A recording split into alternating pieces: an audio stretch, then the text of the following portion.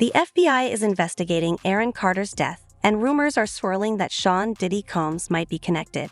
Strangely, the details bear a striking resemblance to the deaths of Diddy's ex, Kim Porter, and Aaliyah, Jay-Z's former girlfriend.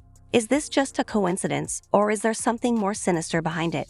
I go on my Twitter and I see people saying, "You look like you have AIDS, you should go die." I don't understand how I dedicated 22 years of my life to my fans, and now they turn on me. Do you regret ever getting involved in... I didn't have a choice. It got bad when I was about 15 years old, because when I did MTV Cribs, the day that I had to go show off that house, my mom and my dad told me, "We're getting a divorce, you still have to go do this." I had to go show off all the stuff, my whole life, that was going to be taken away from me. Aaron Carter's death in November 2022 has been surrounded by controversy.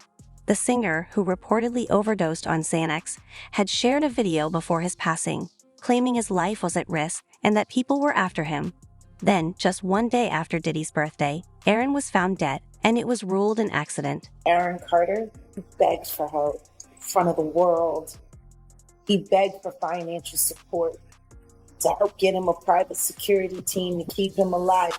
He said on numerous occasions, "If anything happens to me, I promise you, I am not vital."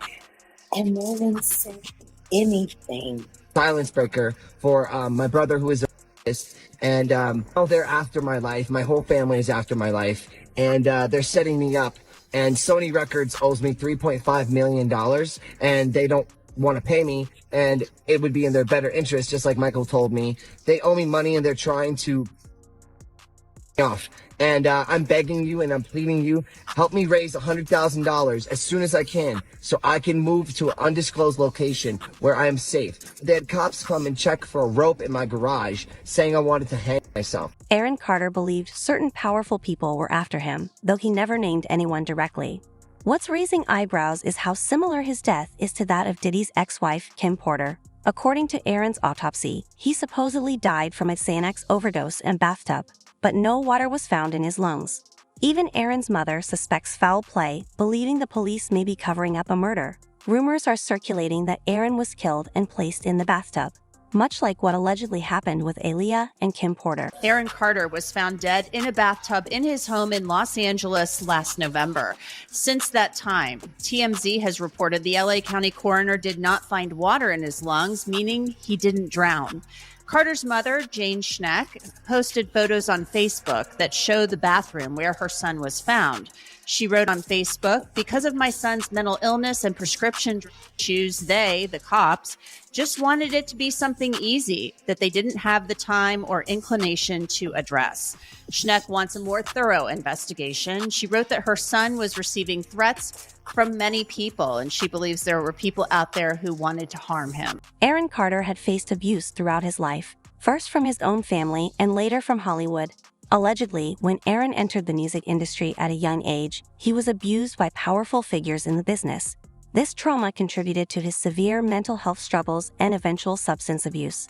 Our system is still so weak that it can't fight off, a yeast infection. Sorry, my part is just like, so you guys got to understand out there, like, this is like, no, I know this is kind of like, it's giving me anxiety, okay? So my heart is racing. I did not take any medications before I came here. I haven't in actually a couple of days because I wanted to try to wean myself off of this. But then one of the things I also noticed when you met with Dr. Jorge, you opened up and expressed your concerns that you're worried you have HIV. Absolutely. I know you recently came out as bisexual. Yes. Is that one of the other reasons it's had you concerned? Because you admitted on the tape piece that you say, I haven't always been safe sexually. Absolutely, no, and that's a fact. I haven't always been safe sexually, and I have no qualms in saying that. It is the toughest thing to deal with. Aaron Carter dropping a major bombshell on Thursday, alleging on Twitter that his late sister Leslie, who died in 2012, sexually abused him when he was a child. In a series of tweets, the singer explained, quote, "My sister me from the age of 10 to 13 years old when she wasn't on her medications." He also alleged, "I was abused not only sexually by her, but by my first two backup dancers when I was 8 years old, and my brother abused me my whole life."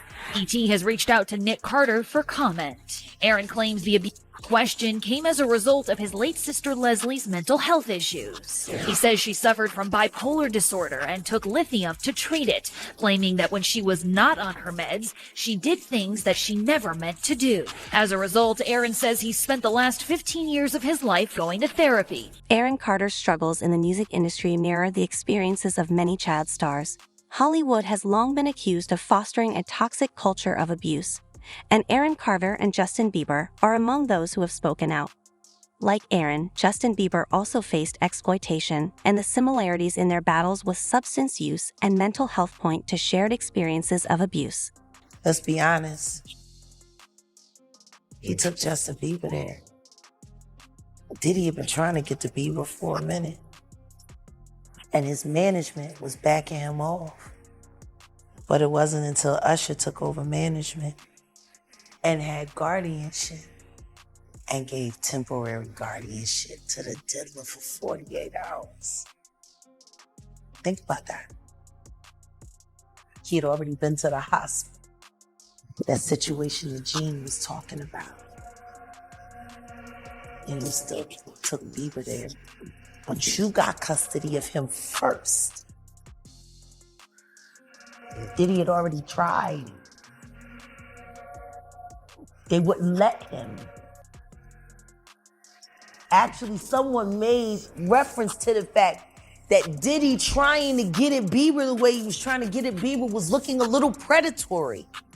And then Usher came in and discovered it and managed him and got custody of him and promised to look after him. And then he sent him to the diddler.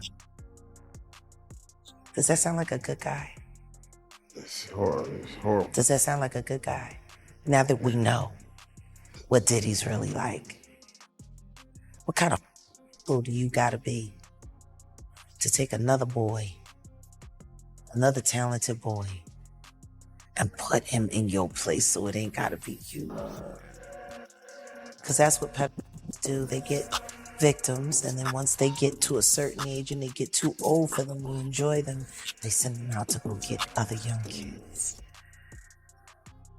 Now, if Usher is a procurer, and if Usher knew what was gonna happen to any of those young children that he took to the Flavor Freak office, he a good guy. Especially considering what happened to him, especially considering that he sat Howard Stern, and Howard Stern said, "Would you send your kids to Puffy's Flavor King?" And his immediate response was, "Hell no!" So it's good enough for everybody else's kids, but it's not good enough for yours. Aaron Carter's mother has repeatedly claimed her son was murdered and insists the case should be reopened. There are unsettling similarities between Aaron's death and others in the music industry, with deaths staged as accidents or suicides, often involving seemingly healthy individuals. Many believe there's a darker truth hidden behind these incidents. With the recent spotlight on Diddy and his alleged co-conspirators, some think the full story may soon come to light. What was Kim's state? Why did, and in the report, didn't it say she had blood on the pillow and bruises or something like that? The case needs to be reopened, man. The case really needs to be reopened. Because if that girl was there and she said that Kim was all right, what happened from 8 to 11? And why did all Kim's stuff come up missing? I ain't know any of that, man. I never heard of that. So when they found her, she had bruises and a lot of her stuff was missing? Bro, it's a lot of suspect things going on. First and foremost, in our day and time, other than our house key, a woman gonna keep her phone, and you know, she got a lot of different purses, but everybody always grab their phone. Why come right till today, right now, nobody knows what Kim Porter's phone is? And they know they had iPhone.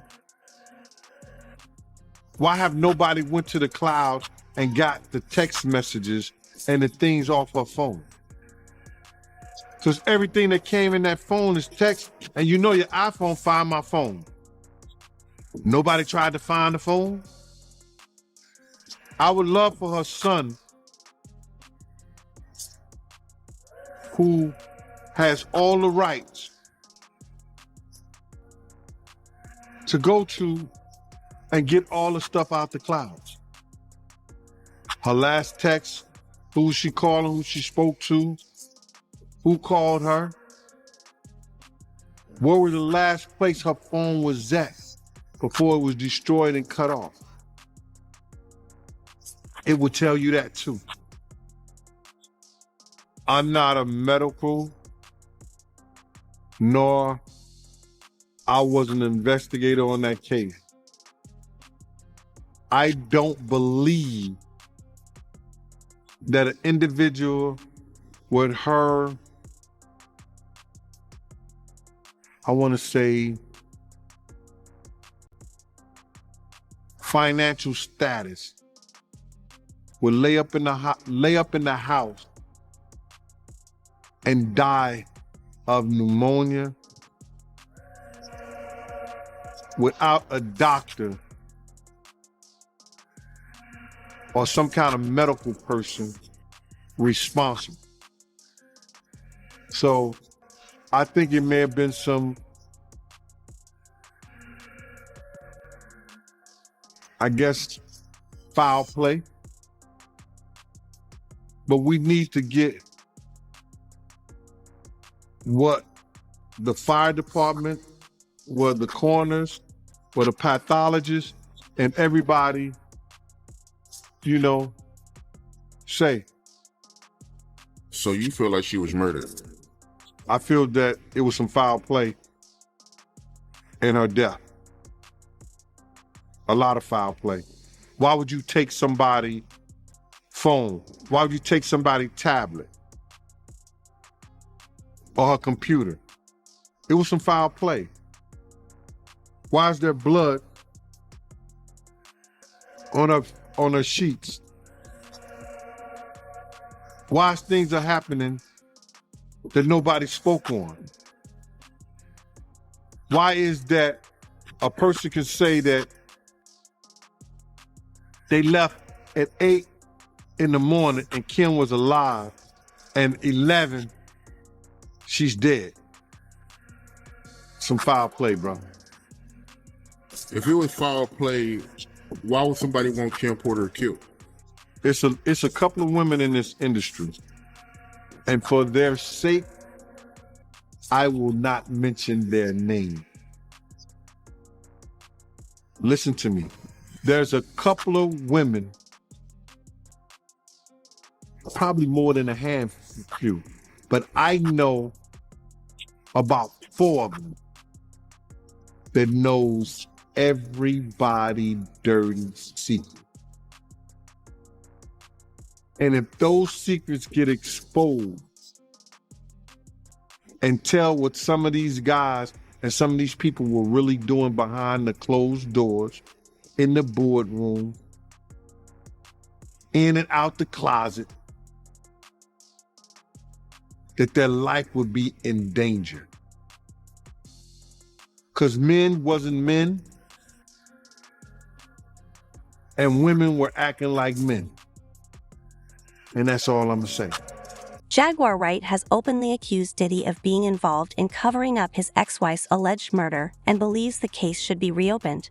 She claims Diddy has a history of eliminating anyone who challenges him, including executives at Uptown Records who stood in his way. Many question how Diddy rose from intern to the face of a multi-billion-dollar production studio so quickly.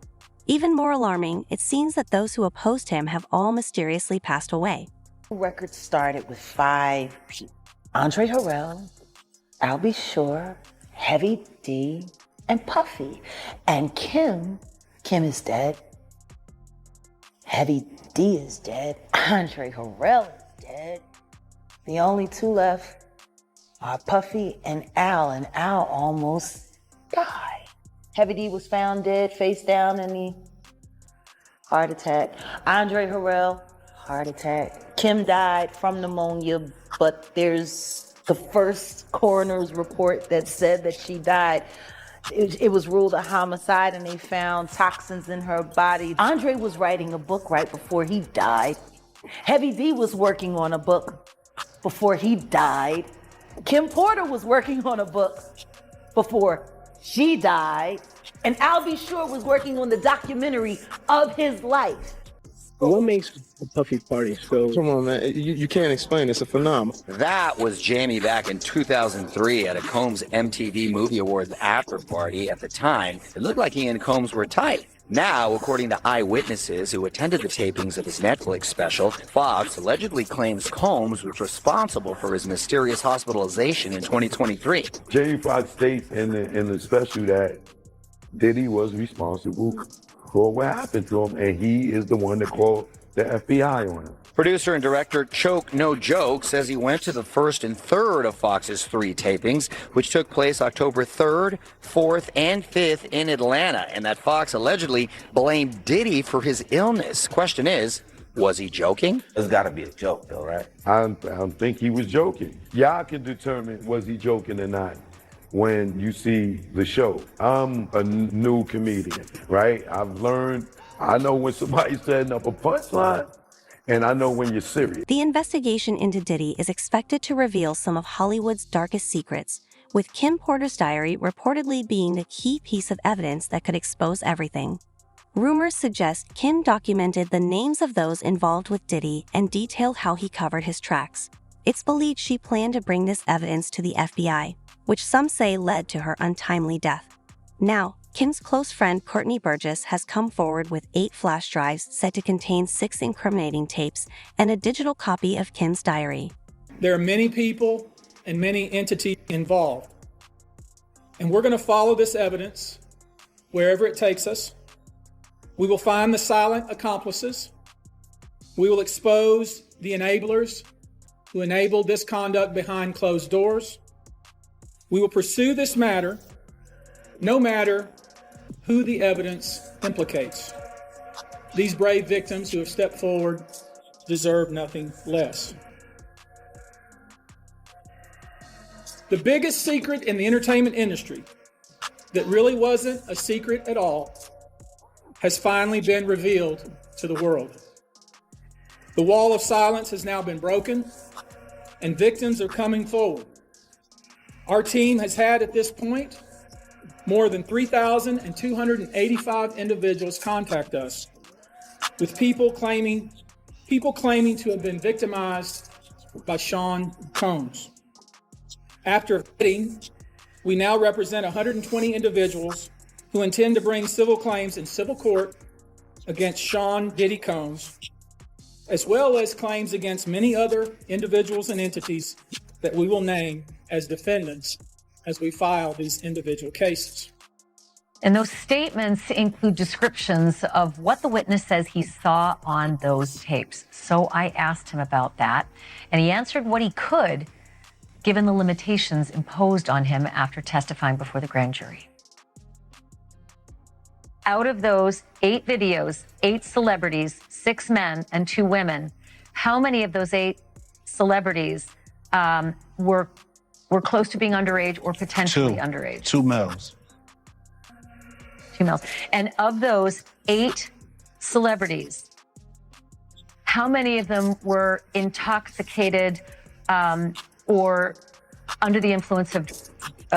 This is going to be all speculation. I just want to preface it by he wouldn't know if they were. Right. Sure. Appear to Let be, me rephrase right, it. Based on, yes. Understand. Out of the 8 celebrities who were recorded having intimate relations with Sean Combs, how many of them appear to be either inebriated or intoxicated or under the influence? All of them.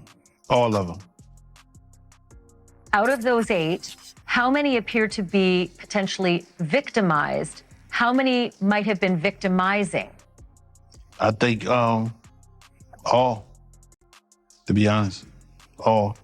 Were victims They or victims. were perpetrating? Victims. They were all 8 were victimized, Yeah, meaning victim. this was happening to them and they were inebriated. Right. Not knowing, I guess, how much proof it was in it, what they were doing. And of those 8, how many seemed to be potentially minors? 2 to 3, possibly 3. Thanks for watching. Go to joinnn.com to find News Nation on your screen. And don't forget to click the red subscribe button below to get more of News Nation's fact-driven, unbiased coverage. The full contents of Kim Porter's diary remain unknown, as well as how many people could end up in prison because of it. But one thing is clear. This time, Diddy is not going to escape the consequences. Investigations, right? Are you expected to eventually turn those things over, or well, that's what we're going to head over to do now. So we have a hearing now to determine what we're going to do in terms of what documents we'll have to turn over and what documents we do not. So why were you in court today? Just to give testimony to the grand jury. He was subpoenaed by the court. So as we all know, if you don't answer a subpoena, the marshals will come to your house as they came to his house and they bring you here. So that's why we're here today. I know you can't mention celebrities per se. You did mention some in the interview. So just to clarify, you can back that up with actual factual footage. We have, it's things that we have, but we got to go to the other courthouse. So I don't know if that's any more questions, but we got another hearing. Are you nervous, or do you feel? God, I ain't never nervous. Only thing scared me is God. So I know you did mention what was on the flash drive before. Would you be able to kind of go over that now, or is that something that you can't discuss? No, we're trying to discuss that now. What we will be able to talk to in terms of what was available and what was on those flash drives. Okay. But it was the book. So it is Kim Porter's book, but not necessarily some of the stuff with the celebs that were mentioned besides. It's hers. Nobody touched it. Oh, so it is her official book. Yes. Nobody. And no one touched it. Nobody altered it. Nothing. So it's not the copy that the gentleman said that he was selling before. No. No. It's 2 different copies. That one was edited, and we have the original copy. So you're saying that the other copy was an actual real copy, even though the family said it wasn't? It was a derivative work. It was edited. The only way the family can say that is because I forgot his name. Alvin Short. Yeah. Yeah. And besides that, a lot of stuff their mother did, they didn't do. And I'd like to say apologize to the mother and the family for the picture being in front of it. Right. You understand? I didn't put it there. Right. So, they got to worry about bigger things. Right. Than what her diary was. You understand? Right. They should have started worrying when he was beaten. Right. When you start worrying about your mother after the fact. Right. Diddy is facing serious repercussions, and those who helped him are now worried. They understand what's coming and know that people like them don't fare well in prison. There are a lot of people in Hollywood who are probably worried about which Diddy parties they were at and what was going on. That's not to say that they were necessarily even involved in any of the things that are alleged by the U.S. Attorney's Office.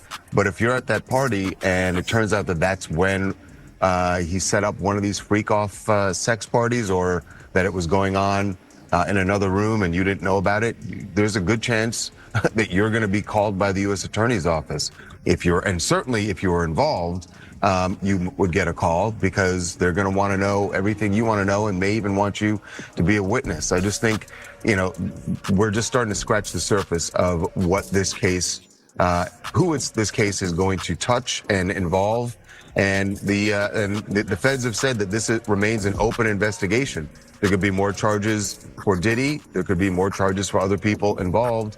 And usually the way this works is once they find out other people are involved or were witnesses, they bring them in and they sort of lean on them. And it's sort of like, you're going to cooperate with us, or there's a possibility that you could face charges. So this is going to be a slow developing a case here, because we're just getting started. And I don't see how this trial begins anytime before next year. We intend to name people in these lawsuits. We're not going to do it in interviews. We're not going to do it, without doing our due diligence, because obviously, these types of allegations are very hurtful to people if they're not true, and very hurtful, frankly, if they are true. But if they're true, you shouldn't have been in the room and you shouldn't have been participating. So I anticipate that we're going to start filing lawsuits, and it may not be big names at first, but we have a long list of names, and you might imagine in situations like this that when a victim tells us that this person was in the room or this person participated,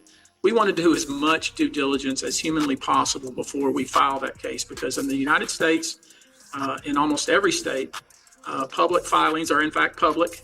And, when you name somebody in a lawsuit, the press is going to pick it up, and we're aware of that. So we're going to make sure that we dot our I's and cross our T's. And I expect that there will be some people named in these lawsuits that will raise some eyebrows. Of Sean Diddy Combs have come forward since our interview with Natanya Rubin. And you remember we talked to her. She says that Diddy is the one who shot her at that club. But the supporters are now saying that Diddy didn't even want to take a plea deal in the 1999 club shooting because he was, quote, so sure of his innocence. They also said that information from someone who is claiming things that aren't true, who's looking for a payday. They said payday is not going to change that. Natanya Rubin joins us once again now. Natanya, we appreciate your time again. First of all, I want to know your reaction to these people now around Diddy who are coming out in support of him, saying that he was so sure of his innocence and that that's the reason he didn't take a plea deal in the case that you were involved in where you got shot.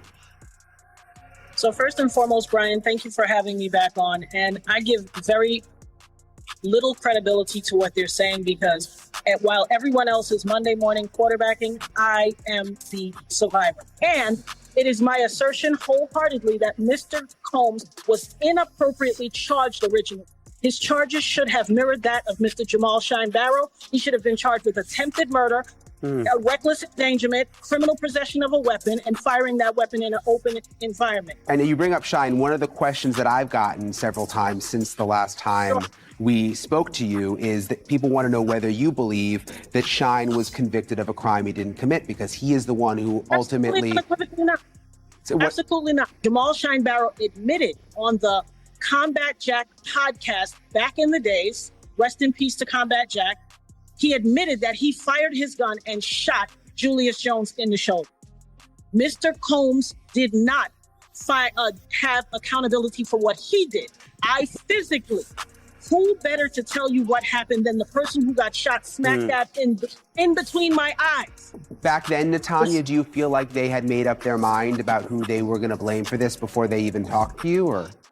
Listen, here's what I know beyond a shadow of a doubt. Respectability politics. He was a notable figure. He was a multimillionaire. He had popularity, fame, all of a perfect storm of you get away with it. We know the country we live in. Unfortunately, those who have the money can oftentimes get away with their crimes. Unfortunately, and those who don't have the same social ranking are overlooked. And that's what has happened. By the grace of God, God saw fit to keep me whole, keep my mind sane and functioning, and keep me alive for such a time as this. And make no mistake, the gravity of the danger and the peril that I face and that I'm exposed to for having my say now, for what was done to me 24 years ago is not lost on me. But let me make clear beyond a shadow of a doubt. I am not now, nor have I ever been suicidal. I love life, and I'm grateful that God spared my life back on that fateful day on December 27th, 1999. I'm a living miracle. Yeah, you are And clearly so, a very... anything, Sorry to interrupt you, but you are a woman. very strong woman. I mean, that is very clear. And you have done your research, and you deserve to have your voice heard, which is one of the reasons. And I think it's important for me to say I'm a healthy woman. I live a simple, quiet, risk-averse life. So if I should meet with an untimely demise, it would require and be worthy of deep investigation. I understand the peril of what I am exposing my life to. If God it's disturbing to hear you say that. I mean, but to have my say, it's disturbing for me to think it and feel it. But I am healthy. I don't have any intentions of going anywhere. I'm grateful that God spared me, and I plan to live out my life to see my children's lives actualized and realized. Well, I don't want to play against semantics. We appreciate you coming on again, Natanya. I mean, I'm glad you were able to respond to this latest statement from people around Diddy, and we'll continue to give you a voice on this. So thank you, Natanya. It's dismissive to think that if someone files a lawsuit that they should be ridiculed. Yeah. If I didn't suffer, I'm willing to have a doctor remove a part of the 9mm bullet in my face so that they can use it as evidence if need be for this trial. And it may cost me my life. You would be willing to do that now? I'm willing to do. Oh my gosh. So what do they have to say to that? Yeah. I Okay. have 9 bullets. I'm sure I can spare one. Okay. Well, we'll be in touch. We'll see how this moves forward. There's a lot of moving parts with Diddy right now. So, okay. Thank you, Natasha.